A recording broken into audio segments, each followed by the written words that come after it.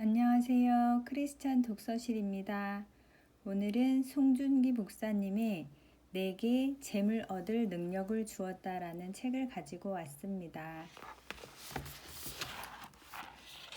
세상에 돈이 롤러코스터를 타는 요즘 하루아침에 떼돈을 벌었다거나 투자금이 반토막이 되었다는 소식들로 난리다. 이런 소용돌이 속에서도 크리스천이 크리스천답게 살아남기를 간절히 바라는 송준기 목사. 그는 이 책에서 우리가 필요를 구할 때 채워주시는 하나님이 실은 이미 우리에게 돈을 얻을 능력을 주셨음을 밝힌다. 그럼에도 굳이 그걸 거부하면서 살아가는 이 시대 하나님의 자녀들에게 몇 년간 성경을 연구하며 찾아낸 부의 10가지 원리를 나눈다. 또한 진정한 부자는 무엇보다 하나님의 자녀라는 자신의 정체성을 아는 데서 비롯한다는 것을 거듭 말하며 우리의 관점이 하나님 안에서 변화해야 함을 설파한다. 하나님이 얼마나 부유하게 우리의 삶을 채워주시는 분이신지, 우리에게 어떤 능력을 주셨는지 알려주고픈 그의 간절함이 책 곳곳에 넘쳐난다.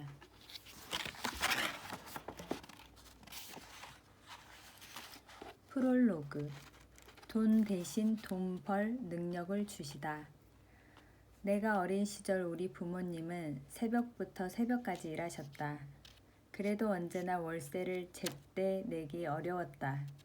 빚은 줄기는커녕 더 늘어났고 끼니는 허술하기만 했다. 몸 여기저기가 아픈 것은 당연했고 온갖 종류의 약들이 집안 서랍마다 꽉꽉 들어차 있었다. 나는 우리 집이 뭔가 큰 잘못을 해서 저주라도 받은 줄 알았다. 그러다 학창 시절에 예수님을 만났다. 모든 저주를 능가하는 복된 일이었다. 창조주께서 내 아버지가 되셨다. 예수님을 믿고 나니 관점이 바뀌었다. 나는 가난한 집 아들이 아니라 하나님의 아들이었다. 저주받은 가난한 아이가 아니라 천국의 상속자였다. 존재에 대한 관점이 완전히 새로워졌다.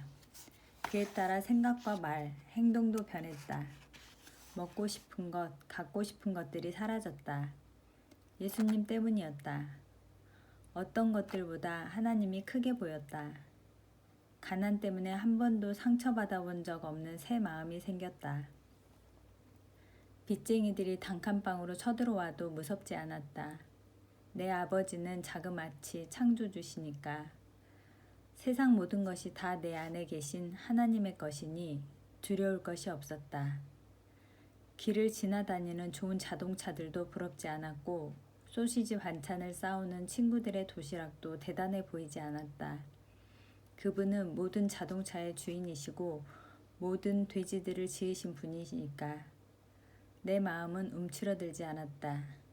내 안에 계신 분은 모든 것을 충분히 능가하는 분이셨다. 이런 변화를 가장 먼저 눈치챈 건 같은 반 친구들이었다. 평소와 달라진 내 모습을 관찰하던 녀석들 사이로 헛소문이 퍼졌다. 준기네 부모님이 복권에 당첨되셨나 봐. 바뀐 생각, 바뀐 반응. 내가 크리스천이 된 후에도 가정 형편은 전혀 나아지지 않았다. 바뀐 것이 있다면 내 마음뿐이었다. 대학에 다니던 시절에는 교통비와 식비가 없었다. 단돈 10원도 없었다. 이건 비유가 아니다. 실제로 그랬다. 만약 하나님이 내 아버지시라는 믿음이 없었다면 학교를 계속 다닐 수 없었을 것이다. 아니, 아예 진학 자체를 생각하지 못했을 것이다. 하지만 내 생각은 예수님 때문에 몽땅 새로워졌다. 내게는 돈이 없다는 생각 대신 빈 주머니가 있다는 사고방식이 생겼다. 매일 왕복 14km를 뛰어서 오가는 건 돈이 없어서가 아니라 하나님이 주신 체력이 있어서였다. 학비가 없어서 장학금이 필요한 것이 아니라 창조주의 깊은 지혜가 내게 있어서 나는 공부를 잘할 수 있었다. 새로운 생각에 새로운 언행이 깃들었다. 내가 나를 창조주의 아들로 대하자 사람들도 나를 다르게 대하기 시작했다. 정체성이 달라지자 사람들이 나를 대하는 태도도 달라진 것이다.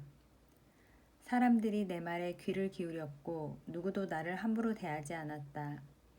주변 사람들의 평가도 좋아졌다. 중요한 의사결정에 내 의견을 참고하는 일도 늘어났고 무엇보다 돈을 얻을 기회도 조금씩 생겨났다. 8대1 대학 때였다. 한 번은 한국갤럽에서 우리 학교 학생들에게 방학 일자리를 들고 왔다. 어려운 일이었지만 보수가 좋았다. 설명회와 함께 공개 모집을 했는데 8명 모집에 43명이 지원했다.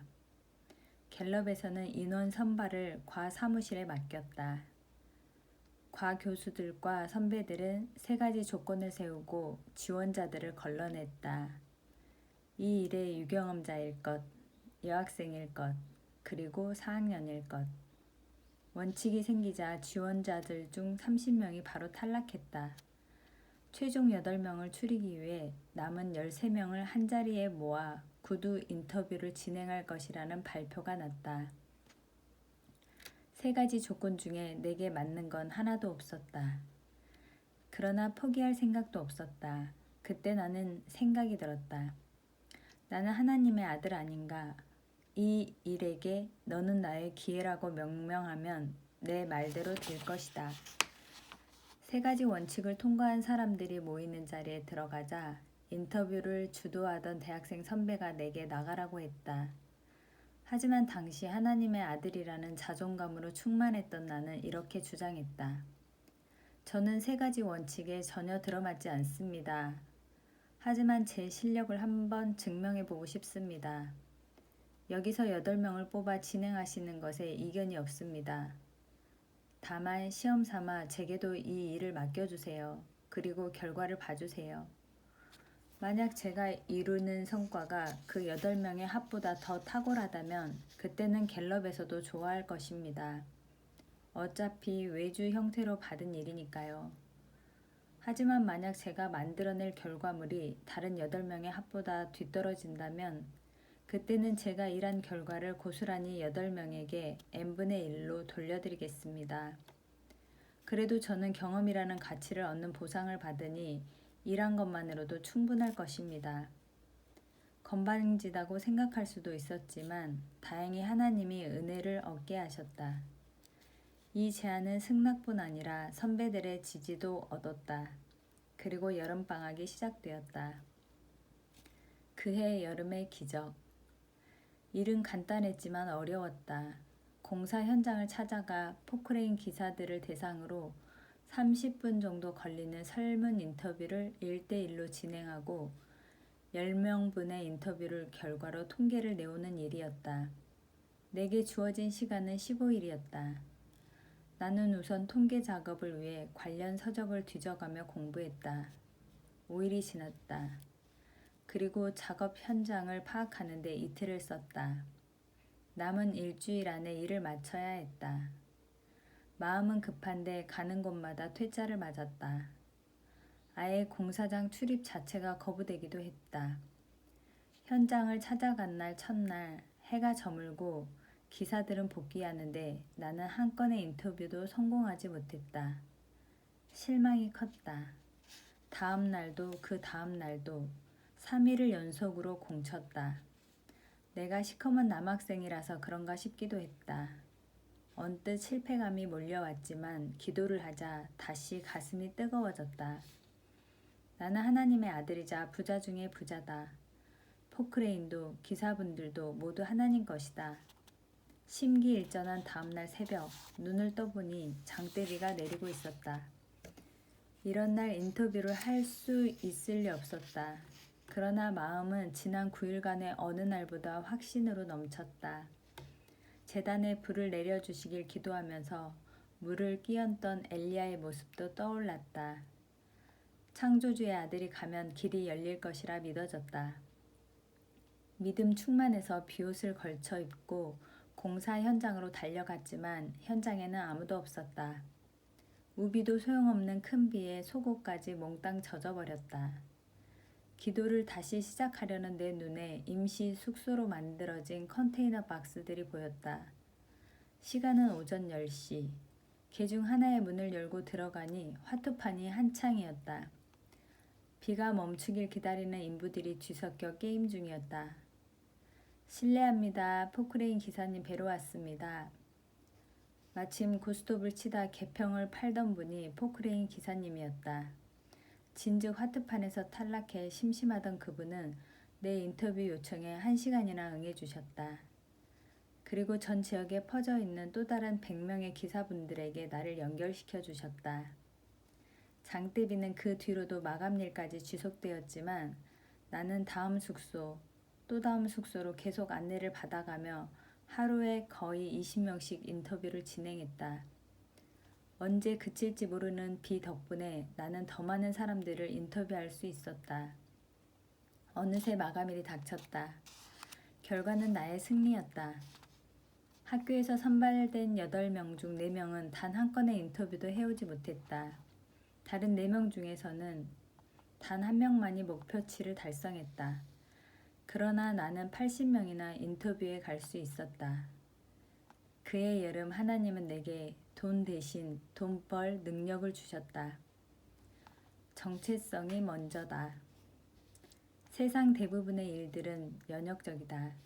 예를 들어보자. 취직을 하겠다는 생각을 먼저 해야 취업 준비가 뒤따르는 법이다.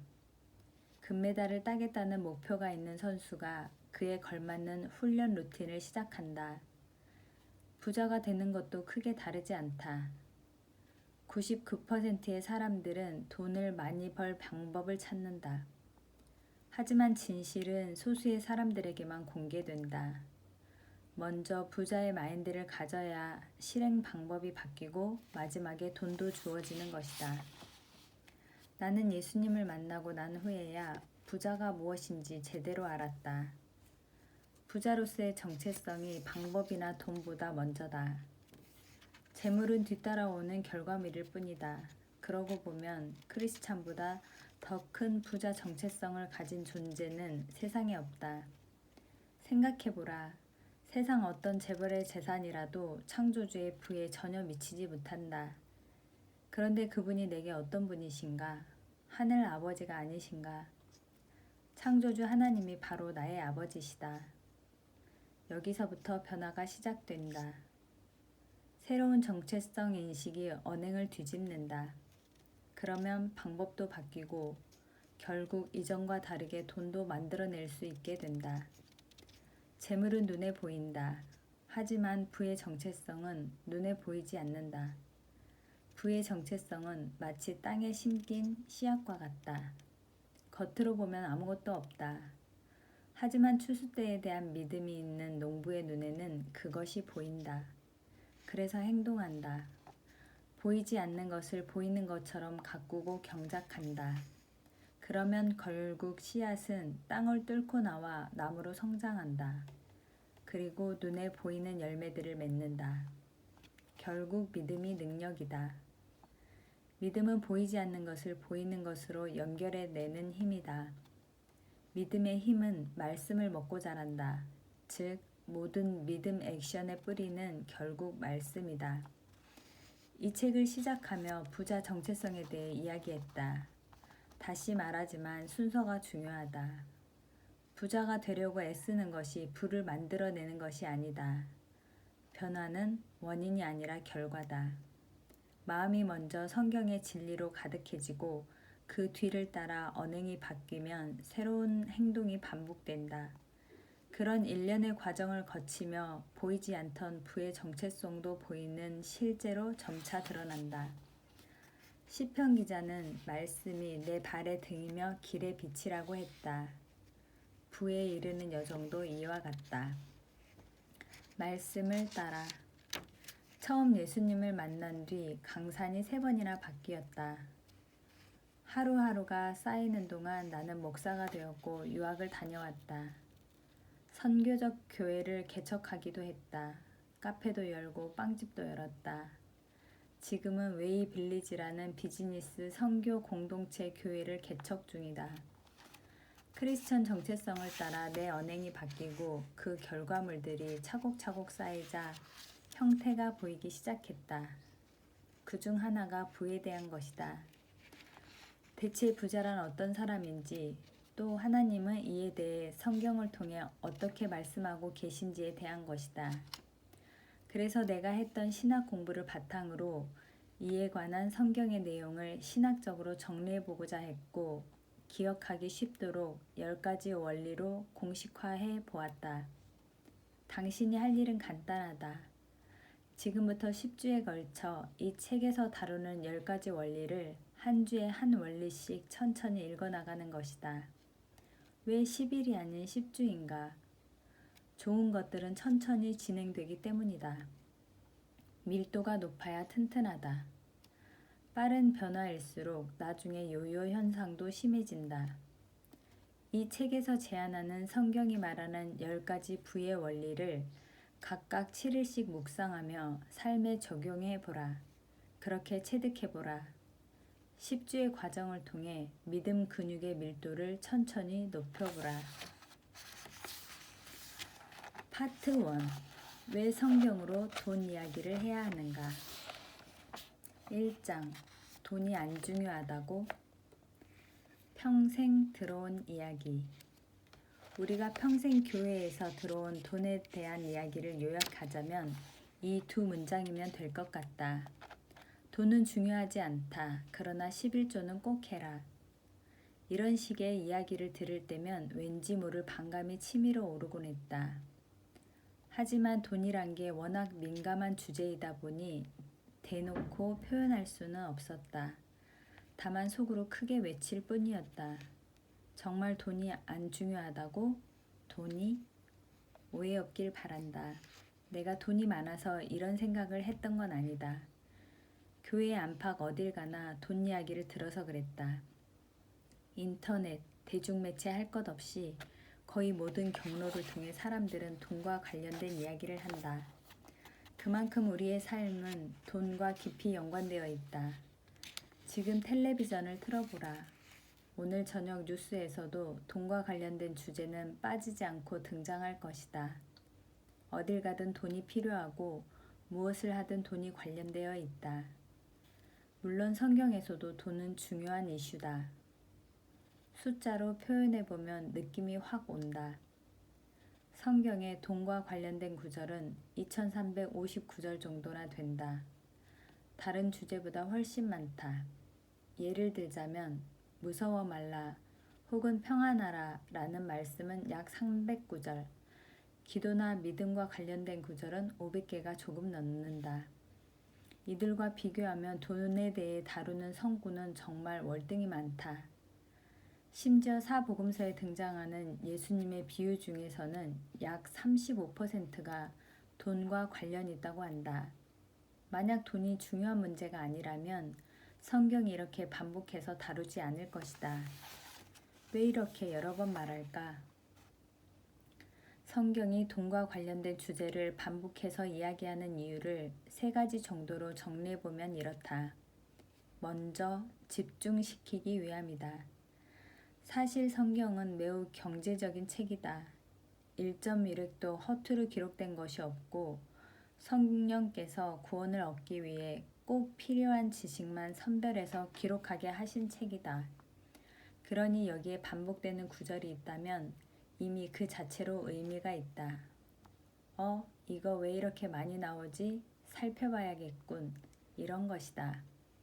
둘째, 중요하기 때문이다. 성경은 구원에 이르는 지혜가 있게 하는 책이다. 여기에 돈에 관한 이야기가 많다는 것은 우리의 구원을 위한 믿음 생활에 돈과 관련된 주제가 그만큼 많은 부분을 차지한다는 뜻이다. 셋째, 우리가 돈과 관련된 부분에서 하나님께 불순종하는 경우가 많기 때문이다.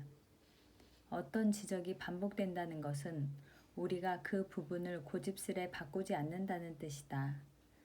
예를 들어 기도하라 라는 말씀이 반복되는 것은 우리가 기도하지 않음을 반증하고 염려치 말라 라는 말씀이 반복되는 것은 염려를 지속하는 우리의 상태를 보여준다.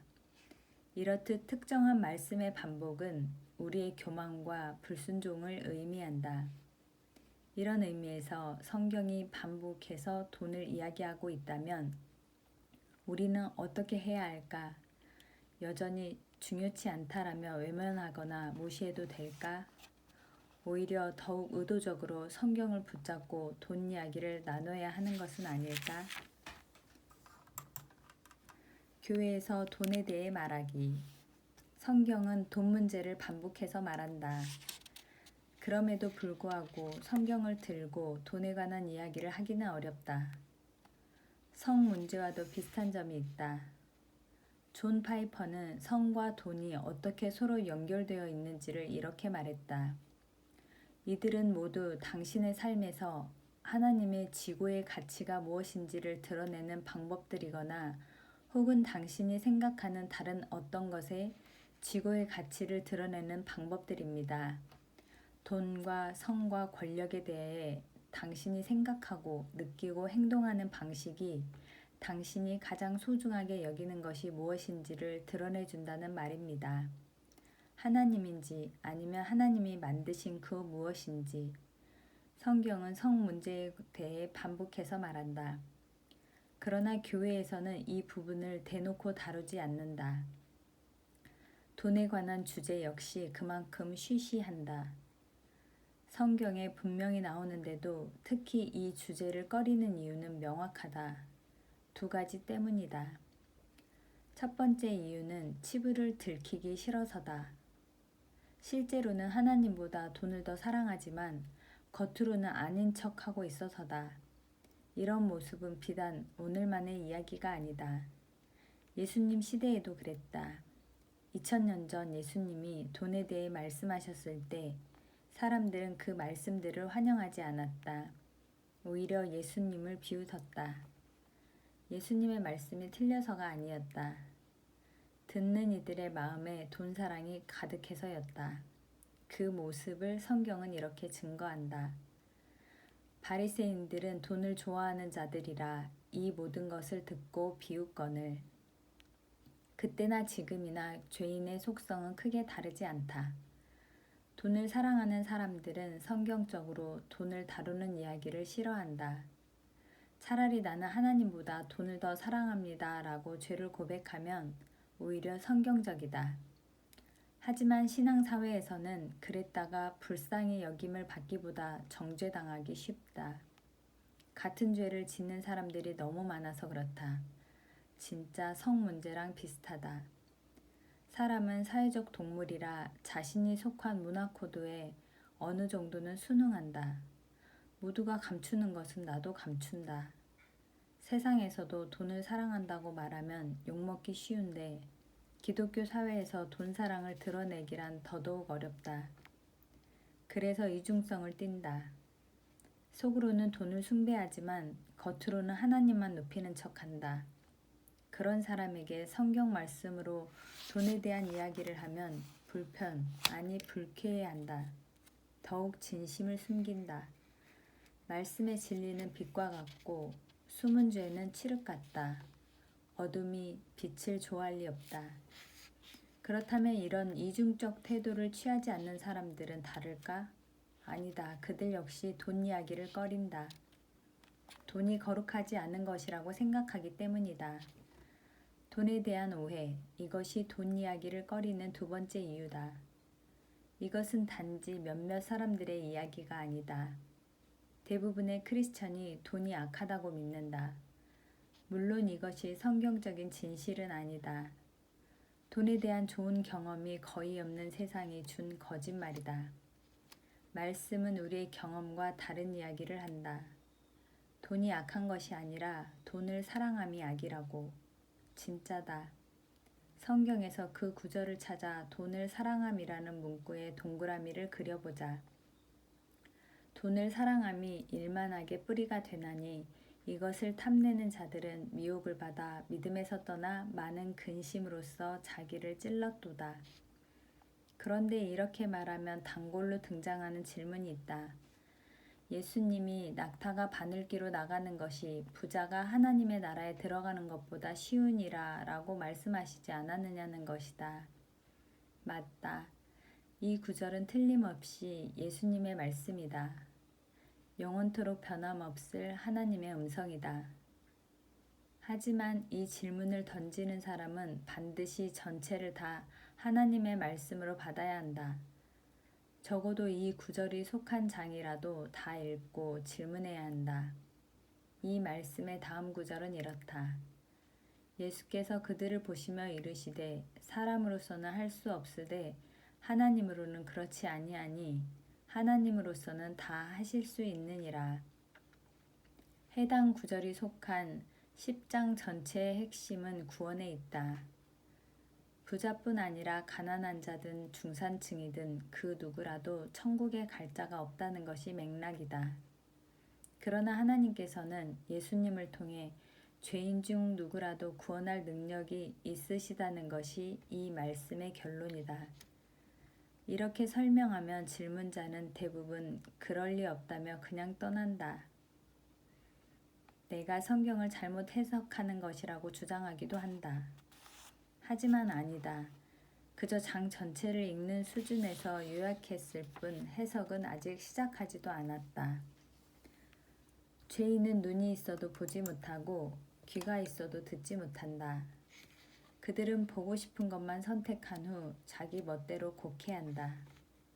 자기가 하고 싶은 이야기를 하려고 성경 구절을 인용하는 사람들은 많고도 많다. 그런 사람들은 전체적인 흐름을 무시한다. 그들의 입에는 말씀을 전하기 위한 순수가 없다. 단지 자신의 개똥 철학을 이야기하기 위해 말씀의 일부를 도용하는 이중성이 있을 뿐이다. 예수님 시대에도 그랬다.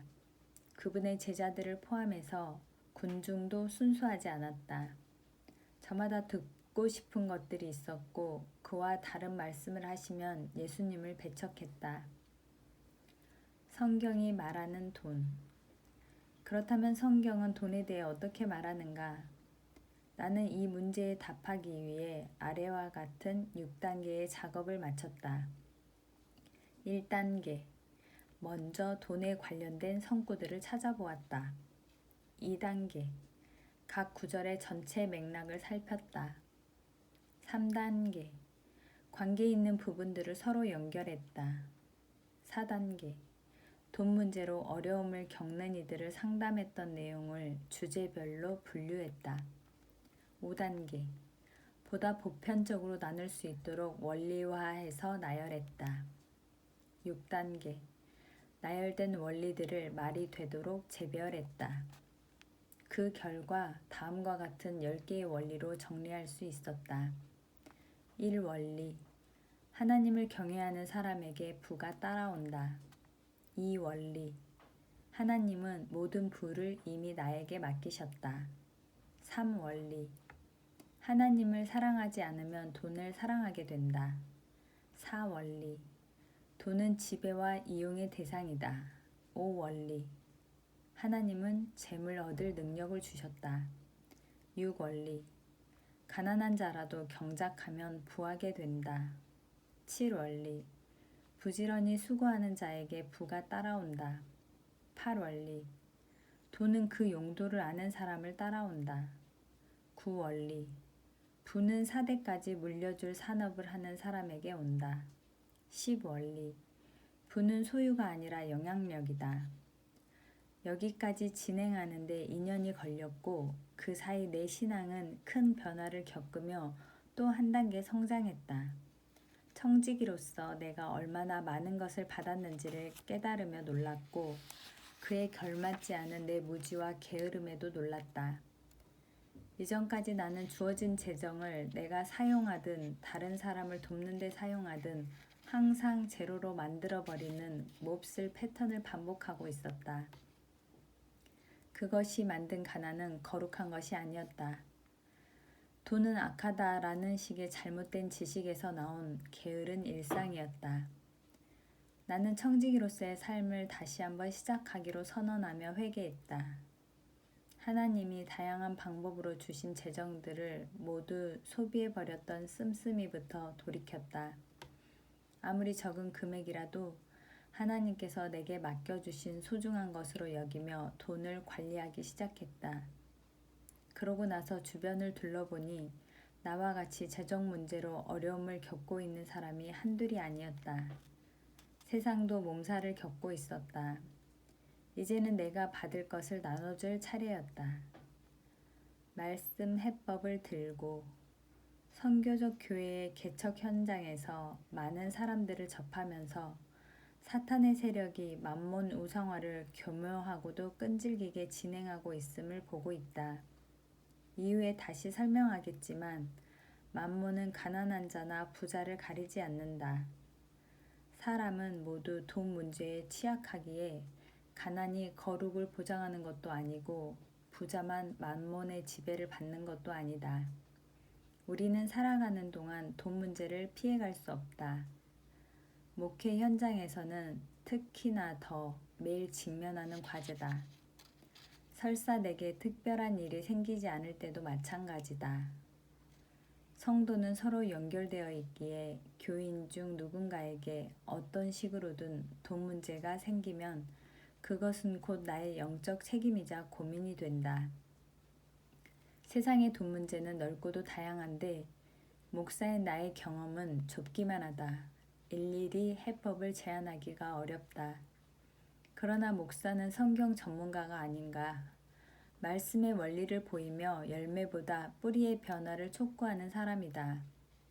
성경은 창조주 하나님의 말씀이다. 이것은 인생에 주어진 매뉴얼과도 같다. 여기에는 모든 문제에 대한 각종 해법의 씨앗이 들어있다.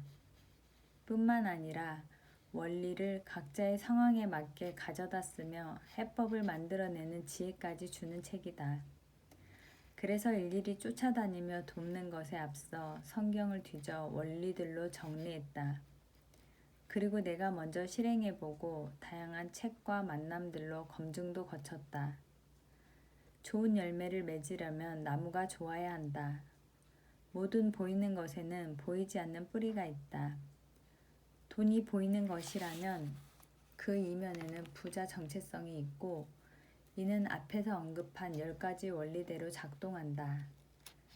그러니 나는 이제 이 원리들을 확정하려 한다. 2장 또돌이 목수대 금융 전문가 돈을 이야기하시다. 성경으로 돈 이야기를 하기에 앞서 한 가지 나눌 이야기가 있다. 나는 성공한 기업가나 탁월한 부자가 아니지만 그럼에도 누구보다 더 돈의 성경적 원리들을 밝히고 전해야 하는 사람이란 점이다. 앞에서도 말했듯이 나는 목사에게 그렇다. 나 자신이 예수님을 따르고 또한 다른 이들로 예수님을 따르게 하는 것이 내 일이다. 만약 돈 문제로 누군가 예수님을 따르는데 어려움을 겪는다면 그것은 내 일이 된다. 그래서 나는 예수님의 돈 이야기를 먼저 나누고 싶다. 예수님을 보라. 그분 역시 돈 이야기를 반복하셨다. 그 중 하나가 누가복음 16장에 나온다. 당시의 종교 지도자들은 예수님의 돈 이야기를 비웃었다. 앞에서 봤듯이 그 이유는 그들이 돈을 사랑했기 때문이다. 바리새인들의 이중장부.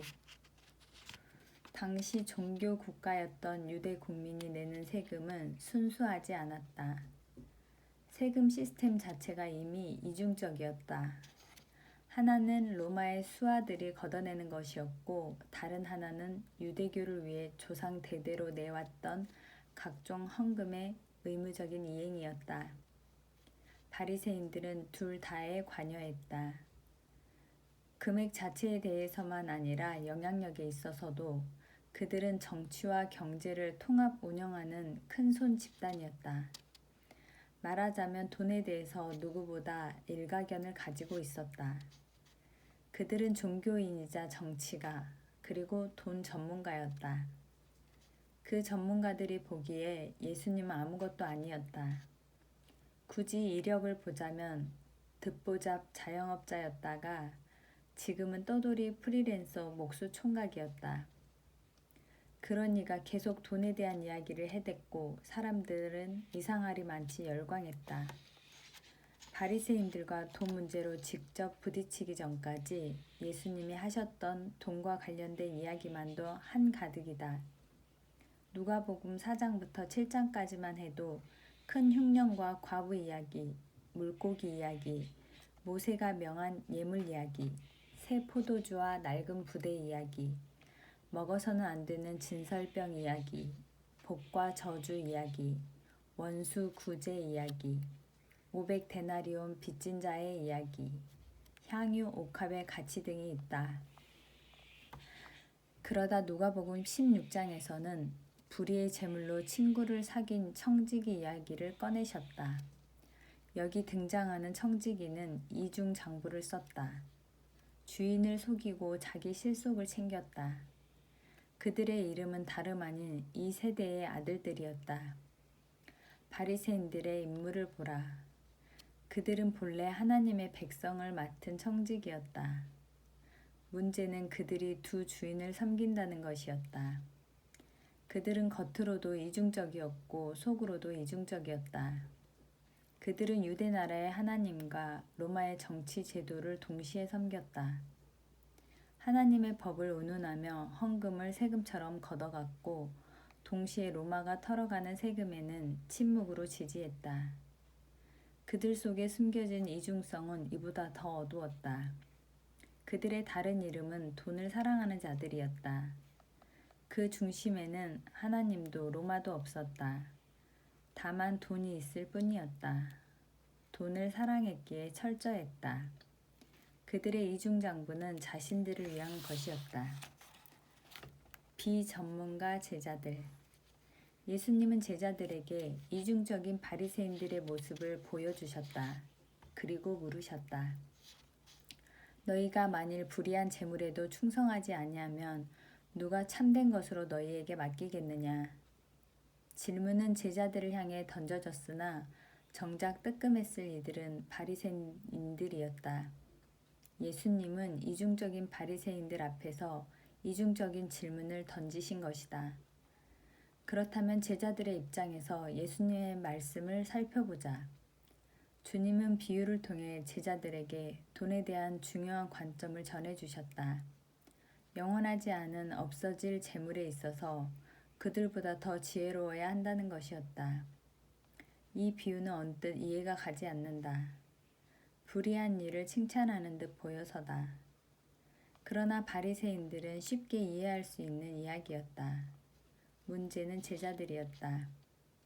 돈의 문외한인 비전문가 제자들에게 예수님은 돈을 제대로 관리하는 태도를 요구하고 계셨다. 두 주인을 섬긴 유대인들.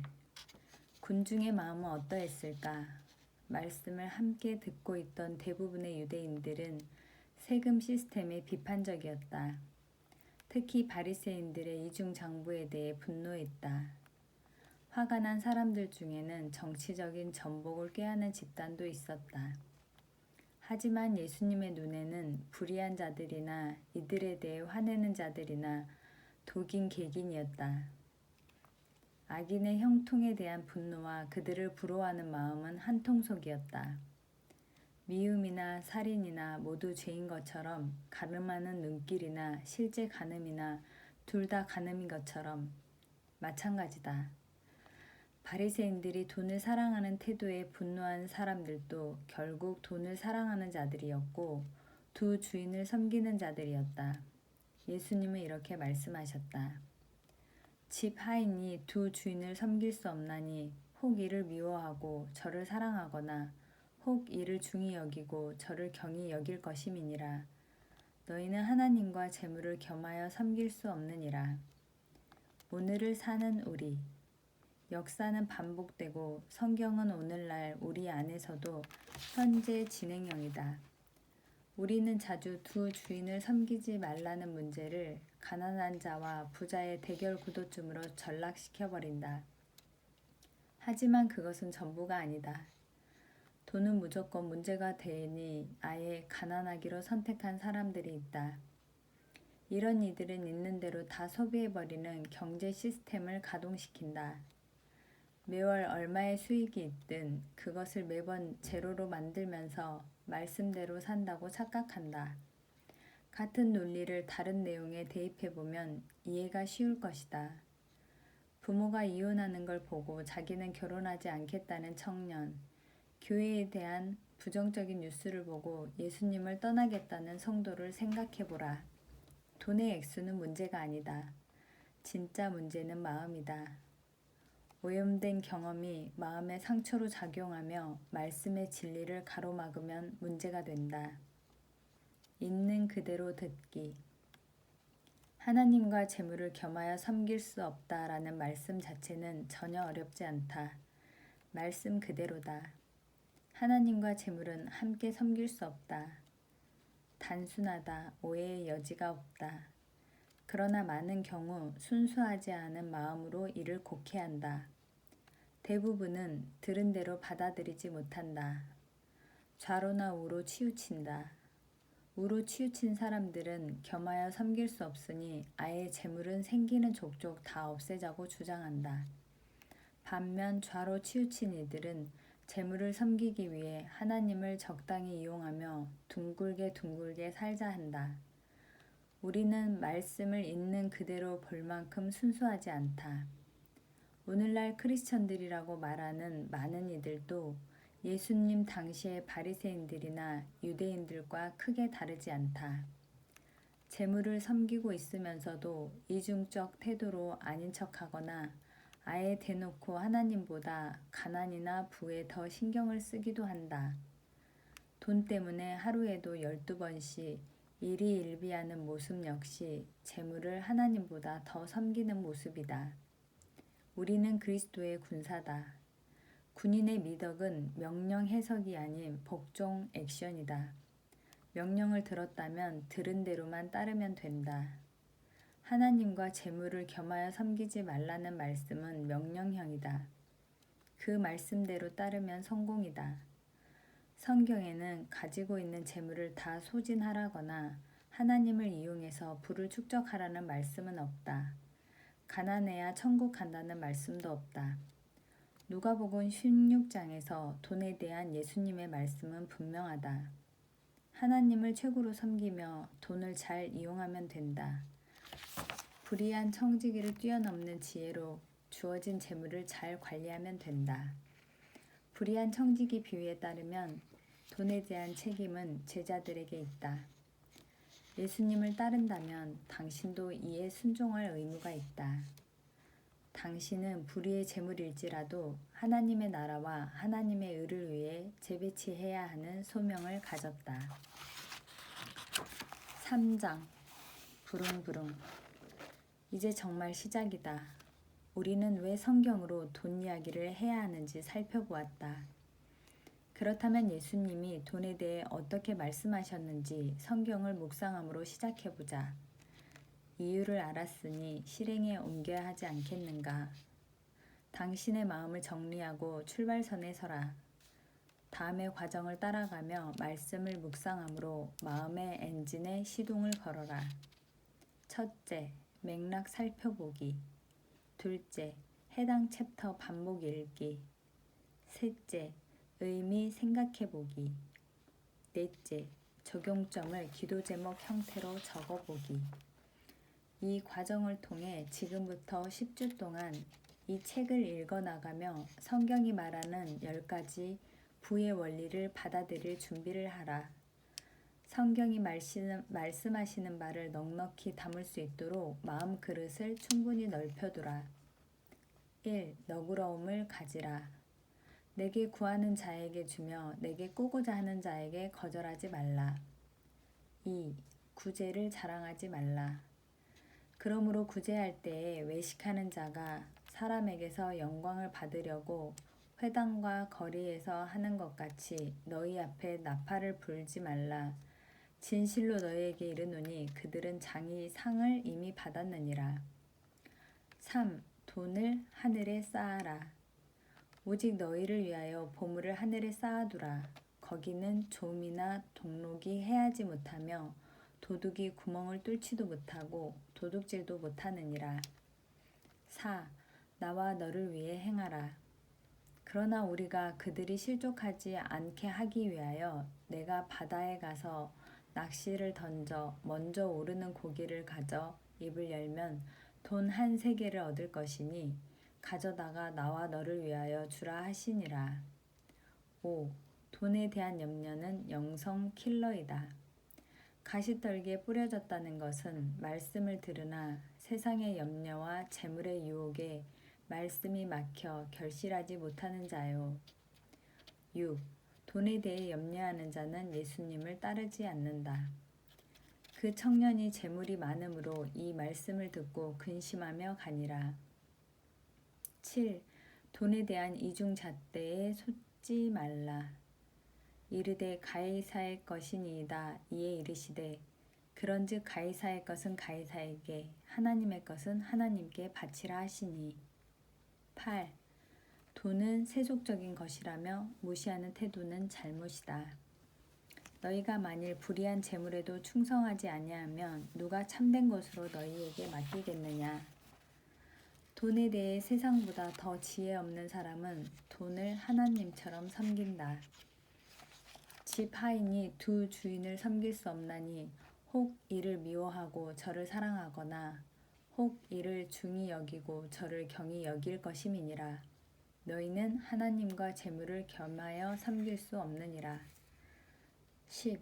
진정한 회개는 지갑의 회개를 포함한다. 삭개오가 서서 주께 여짜오되 주여 보시옵소서 내 소유의 절반을 가난한 자들에게 주겠사오며 만일 누구의 것을 속여 빼앗은 일이 있으면 내 갑절이나 갚겠나이다. 예수께서 이르시되 오늘 구원이 이 집에 이르렀으니 이 사람도 아브라함의 자손이미로다. 11. 선교적 교회 개척자의 부탁이 있다.